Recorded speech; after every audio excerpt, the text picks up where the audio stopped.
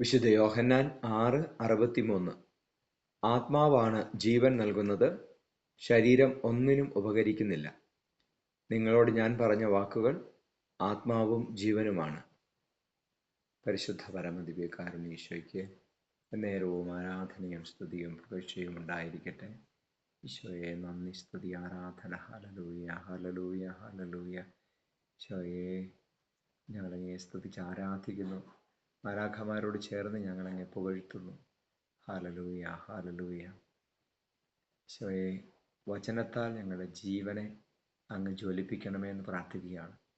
ആത്മാവിനെ അങ്ങ് ശക്തിപ്പെടുത്തണമേ. വചനത്താൽ ഞങ്ങൾക്ക് ജീവൻ നൽകണമേ.